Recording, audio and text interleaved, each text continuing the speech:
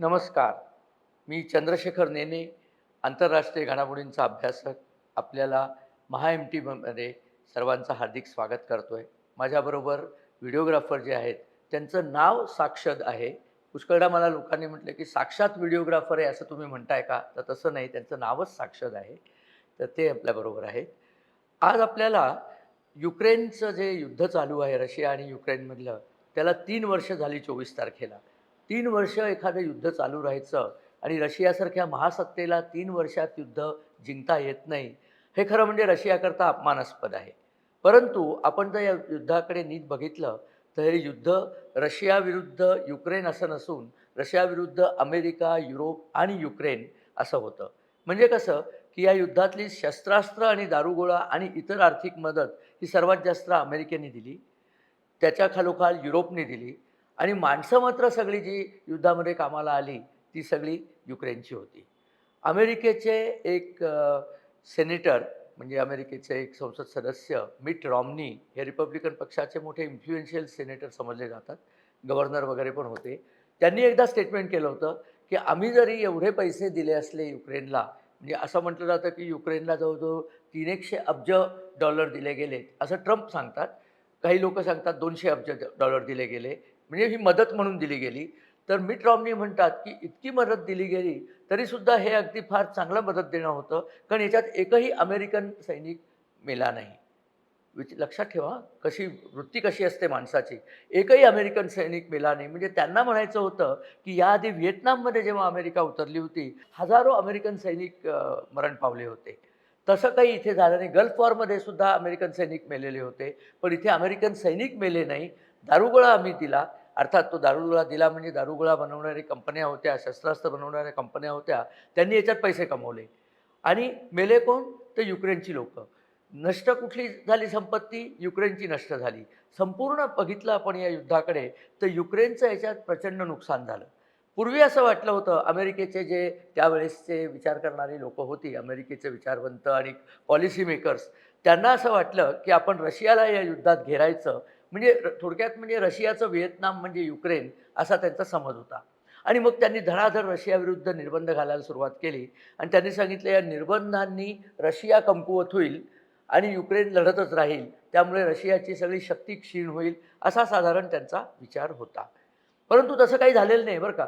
रशियाची शक्ती अजिबात क्षीण झालेली नाही आहे. रशियन रुबल हा बुडेल असं त्यांना वाटलं होतं, पण तो अजिबात बुडाला नाही. व्यवस्थित तरलेला आहे.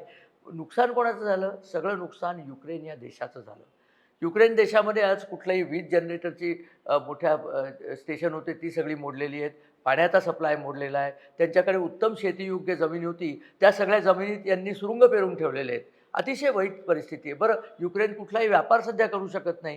कारण त्यांचा व्यापार करायचं जे बंदर होतं दक्षिणेला त्या ओडेसा नावाचं, त्या बंदराला वरती रशियन नेव्हीचा पहारा असल्यामुळे तिथनं त्यांना व्यापार करता येत नाही. सगळं नुकसान बरं माणसं साधारण जवळ-जवळ 2 ते 2.5 लाखांवरती माणसं मेली असा प्राथमिक अंदाज आहे. रशियाचे सुद्धा सैनिक मेले, मेले नाहीत असं नाही. पण युक्रेन तर पार धुळीला मिळालेला आहे. आणि त्यांनी तो एक जो विनोदी कलाकार व्लादिमीर झेलेन्स्की याला आपला अध्यक्ष करून ठेवला आहे. त्यांनी सगळ्या या देशाची वाट लावलेली आहे. परंतु अमेरिकेचे एक विचारवंत जेफ्री सॅक्स हे फार मोठे अर्थतज्ञ आहेत. त्यांनी आपल्या भाषणामध्ये याच्यात बरचसं वेगळं सांगितलं. ते म्हणले, की ही लढाई मुळामध्ये अमेरिकेच्या फूस लावणीनी सुरू झाली. कशी? तर अमेरिकेने सांगितलं होतं 1992च्या आसपास जेव्हा क्लिंटन आणि रशियाचा अध्यक्ष म्हणजे तेव्हा 91-92 मध्ये हे झालं, करार झाला, की आम्ही आता अमेरिकेने सांगितलं, की रशिया मोडून पडलेला आहे. रशियाचं 89-90 मध्ये रशियाचं पतन झालं. तर रशियन साम्राज्याशी लढण्याकरता नाटोची आम्ही स्थापना केली होती. आता रशियाचं साम्राज्यच उरलं नाही. एवंच आम्हाला नेटोला आणखीन वाढवण्यात अजिबात रस नाही. नेटो आम्ही पूर्वेकडे आणणार नाही असं लिहून दिलं होतं. कोणाला? गोर्बाचोव्ह यांना. त्या अटींवरती गोर्बाचोव्ह यांनी सांगितलं, की मी रशियन साम्राज्याचं विघटन करतोय आणि आता आपण हे सगळे वेगळे देश होतील. त्याच्यातच युक्रेन हा वेगळा देश तयार झालेला आहे. अनेक देश तेव्हा तयार झाले. युक्रेन, बेलारशिया, कझाकस्तान, किर्गिस्तान, उझबेकिस्तान अनेक देश स्वतंत्र झाले आणि रशिया एक एक मूळ रशिया होता तो एक देश राहिला. परंतु काहीच काळानंतर अमेरिकेने त्यांनी स्वतः जे वचन दिलं होतं, की आम्ही आता नेटोला आणखीन पुढे वाढवणार नाही. त्याला हरताळ फासला आणि त्यांनी बल्गारिया, झेकोस्लोवाकिया, झेक आणि स्लोवाकिया या सगळ्या देशांना नेटोमध्ये आणायला पोलंड यांना नेटोमध्ये आणायला सुरुवात केली. हंगेरीला त्यांनी नेटोमध्ये आणलं. इथपर्यंत रशिया अजून थोडासा त्याच्या विरुद्ध खूप आवाज केला रशियाने, परंतु त्यांनी ॲक्शन घेतली नव्हती. परंतु जेव्हा युक्रेनवरती ते आले आणि युक्रेन आणि जॉर्जिया या 2 देशांना नेटोचं सदस्य करून घेण्याकरता जेव्हा अमेरिकेने भर घालायला सुरुवात केली, तेव्हा मात्र पुटिन खवळले आणि ते म्हणले की हे चालायचं नाही. तुम्ही मागे प्रॉमिस केलं होतं म्हणून मी रशियन साम्राज्याचं विघटन झालेलं आहे. आता तुम्ही युक्रेनला नेटोमध्ये घ्यायचं नाही. हा झेलेन्स्की ओरडत राहिला की मला नेटोत जायचं आहे, मला नेटोत जायचं आहे. कारण अमेरिकनांनी त्याला घोड्यावर बसवलेला होता. आत्तापर्यंतचा इतिहास आहे की अमेरिकेने ज्या ज्या राज्यकर्त्यांना घोड्यावर बसवलं त्यांना अमेरिकेने तोंडशीच पाडलेलं आहे. सगळे राज्यकर्ते. आत्ता लेटेस्ट उदाहरण मोहम्मद युनूसचं आहे. युनूस आहे अमेरिकेचं प्यादं बांगलादेशवर बसवलं. अमेरिकेत राष्ट्राध्यक्षपदाची निवडणूक झाली आणि ट्रम्प निवडून आल्यानंतर आता युनूसचा सगळा सपोर्ट काढून घेतला आणि काहीच दिवसात ते तिथनं बांगलादेशमधनं पळून जातील. अफगाणिस्तानमध्ये करजाईला बसवलं होतं. या सगळ्यांना नंतर धोकाच मिळालेला आहे. तशीच गट या झेलेन्स्कीची झाली. पण अमेरिका हा कसा व्यापारी देश आहे त्याची आपल्याला चुणूक आता पाहायला मिळाली. डोनाल्ड ट्रम्प हे सर्वात आधी डोनाल्ड ट्रम्पचा सद्गुण किंवा महान गुण जो समजला जातो अमेरिकन लोकांच्या मनामध्ये की तो एक उत्तम डील मेकर आहे. म्हणजे फार सुंदर सौदेबाज तो आहे, फार उत्कृष्ट सौदेबाज आहे. आता त्यांनी काय सौदा केला आहे? त्यांनी सांगितलं युक्रेनला की आम्ही तुम्हाला एवढी प्रचंड मदत दिली ती तुम्ही आम्हाला परत कशी करणार?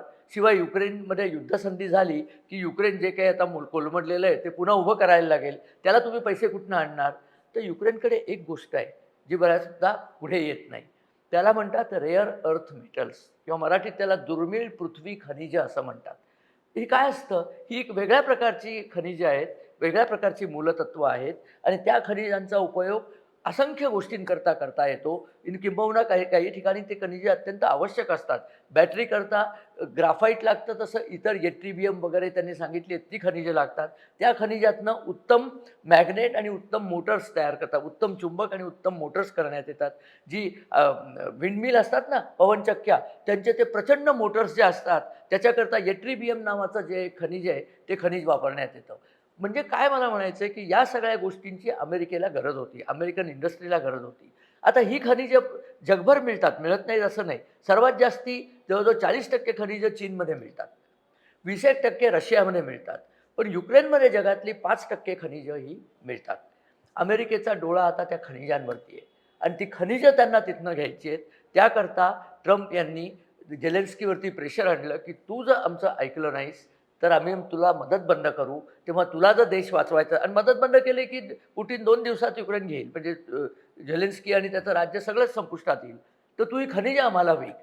शेवटी झेलेन्स्कीने आधी खूप राणा भीमदेवी थाटात आम्ही आमची खनिजं देणार नाही वगैरे सांगितलं. आता मुकाट यांनी नाक मुठीत धरून तो शुक्रवारी ट्रम्प यांना वॉशिंग्टनमध्ये जाऊन भेटणार आहे की बाबा तुम्ही जे काही खनिजाचं डील करताय त्याला मला ते स्वीकार आहे. 500 अब्ज डॉलर्सची खनिजं ट्रम्पला तिथनं हवी आहेत. पण हे 500 अब्ज डॉलर ट्रम्प युक्रेनला देईल का? नाही. त्यातले 300 अब्ज तर मी आधीच दिलेले आहेत असं तो म्हणतो आणि उरलेल्या पैशामध्ये युक्रेनमध्ये जे रिकन्स्ट्रक्शन करायचं आहे त्या रिकन्स्ट्रक्शनची कॉन्ट्रॅक्ट पुन्हा अमेरिकन कंपन्यांनाच मिळणार आहे. मग झेलेन्स्की म्हणला हे सगळं झालं पण माझ्या बचावाचं काय? तुम्ही माझ्या रक्षणाची हमी देणार की नाही? गॅरंटी देणार की नाही की माझं रक्षण तुम्ही करा, डिफेन्स गॅरंटी.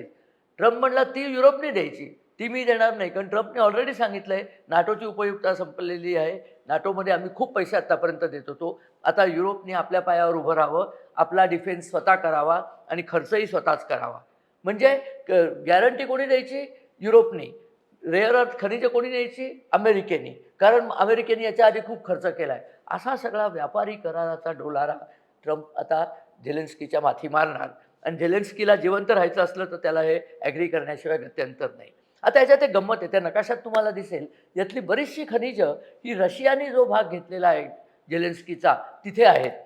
म्हणजे डॉनबास्क म्हणून जो भाग आहे तिथे ग्राफाईटचे प्रचंड मोठे साठे आहेत. तिथे इतर रेअर अर्थ खनिजं मिळतात.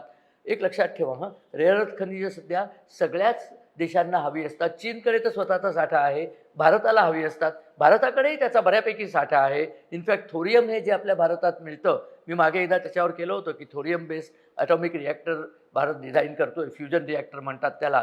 ते थोरियम हे सबंध आपल्या किनारपट्टीवरती मिळतं. किनारपट्टीच्या वाळूमध्ये मोनोझाईट नावाचे जे कण असतात त्यातनं थोरियम निघतं. पण हे थोरियम जिथे मिळतं तिथे रेअर अर्थसुद्धा मिळतात. त्यामुळे भारतात सुद्धा रेअर अर्थ मिळतात, तो प्रश्न नाही आहे. रशियाला विचारलं की का हो डॉनबास्कमध्ये जी रेअर अर्थ आहेत ती काही आता युक्रेन तुम्ही सोडणार नाही, डॉनबास तर तुम्ही सोडणारच नाही आहात, तर रेअर अर्थचं काय? ते म्हणले अमेरिकेने काय डील करू दे, अमेरिकेने आमच्याबरोबर डील केलं तरीसुद्धा आम्ही त्यांना रेअर अर्थ घेऊन जाऊ देऊ. कारण लक्षात ठेवा, पुटिनही सौदेबाज आहेत, ट्रम्पही सौदेबाज आहेत आणि ते दोघं एकमेकांचे मित्र आहेत. हे आता निश्चितच दिसतंय. तर त्यांनी सांगितलं की आपण भारत आणि भारत नाही, अमेरिका आणि रशिया दोघं मिळून हे रेअर अर्थचा वापर करू. हे भांडण करायची गरज नाही. झेलेन्स्की आहे त्याला तर कोणी आता गणतच नाही. बहुतेक हे युद्ध थांबलं की झेलेन्स्कीला ते उखडून टाकतील. कारण ट्रम्पनी सांगितलेलंच आहे की तू निवडणुकीनी नंतर निवडून आलेला नाहीस. एकदा आलास त्यानंतर तू निवडणूकच घेतली नाही. अहो लढाईमध्ये देश आहे, निवडणूक कसली घेतोय तो? पण ट्रम्पनी जबरदस्ती आता त्याच्या माथी हे मारलेलं आहे. अमेरिकन लोकांचा याच्यात फायदाच फायदा आहे. ते जवळजवळ फुकटात सगळी रेअर अर्थ घेऊन जाणार. तीच रेअर अर्थ वापरून ते इलेक्ट्रिक मोटर चालवणार, तीच वापरून ते पवनचक्क्या बनवणार आणि हे सगळं बनवून ते इतर देशांना एक्सपोर्टसुद्धा करतील. त्यामुळे अमेरिकेला लॉटरीच लागलेली आहे.